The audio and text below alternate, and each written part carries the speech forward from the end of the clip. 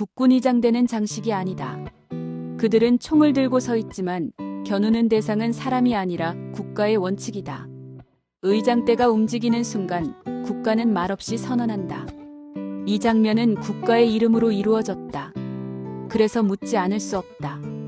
왜 어떤 이에게는 법이 칼날이 되고 어떤 이에게는 예우의 깃발이 되는가? 의장은 법의 언어다. 국군이 장되는 국가의전을 수행하는 군 병력이다. 군 통수권 체계 아래에서 오직 국가의전이라는 공적 목적을 위해서만 사용된다. 감정도 호의도 정치적 친소도 그 근거가 될 수 없다. 의전은 언제나 질문을 동반한다. 법적 근거가 있는가? 정식 절차를 거쳤는가?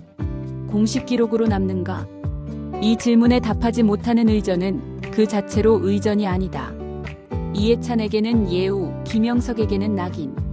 이해찬 전 국무총리의 시신 이동에 국군의장대가 동원되었다면 그 법적 근거는 취약하거나 부재하다. 국장국가장에 요구되는 대통령의 공식 결정, 국무회의 의결, 관보고시 중 어느 하나라도 결여되어 있다면 의장대 동원은 곧 목적 외군 병력 사용이며 국군의 정치적 중립성 침해이자 예산의 목적 외 집행에 해당한다. 그럼에도 그 장면은 위법성이 아니라 예우라는 말로 덮였다. 반면 김영석 독립기념관장은 어떠했는가? 그는 국가의 역사기관을 사적으로 사용했다. 독립기념관을 사유화했다는 공격을 받았다. 그러나 그 주장들은 끝내 형사적 위법이나 사적 유용의 증거로 이어지지 못했다. 여기서 피할 수 없는 질문이 생긴다. 만약 동일한 기준을 적용한다면 법적 근거가 분명하지 않은 국군의장대 동원 역시 이재명 대통령의 국가, 권력의 사적 사용 또는 사유화라고 불러야 하지 않는가? 김영석 관장의 해임을 주장했던 이들은 왜 이 사안에는 같은 잣대를 들이대지 않는가? 사적 사용과 공적 사용의 경계. 사적 사용이란 무엇인가? 개인의 이익을 위해 공적 권한과 예산을 전용하는 것이다. 그렇다면 묻자. 법적 근거 없이 군 병력을 개인 정치인의 장래 동선에 투입하는 행위와 관장. 재량권 규정하에서 공공공간을 시민에게 개방한 행위 중 어느 쪽이 더 사적이며 어느 쪽이 더 위험한가?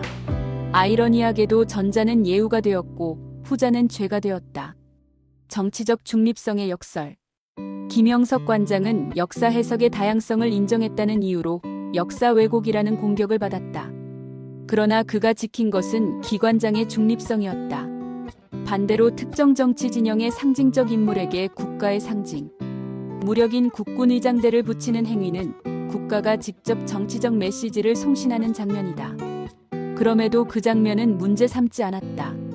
중립성은 선택적으로 호출되었다. 재량권과 예우의 선별적 적용. 재량권이었다. 예우 차원이었다.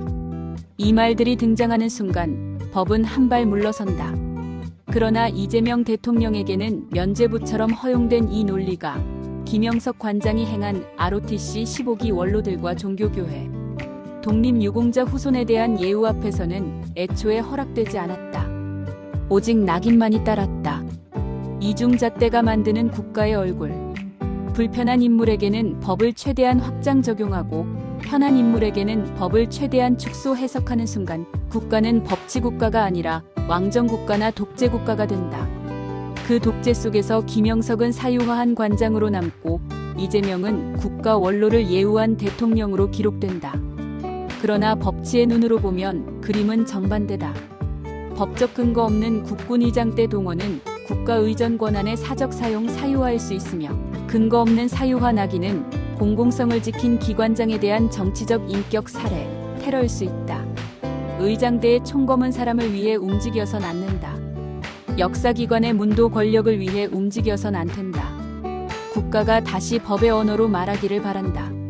그때 비로소 누가 예우의 대상이었는지, 누가 억울한 죄인이었는지가 분명해질 것이다.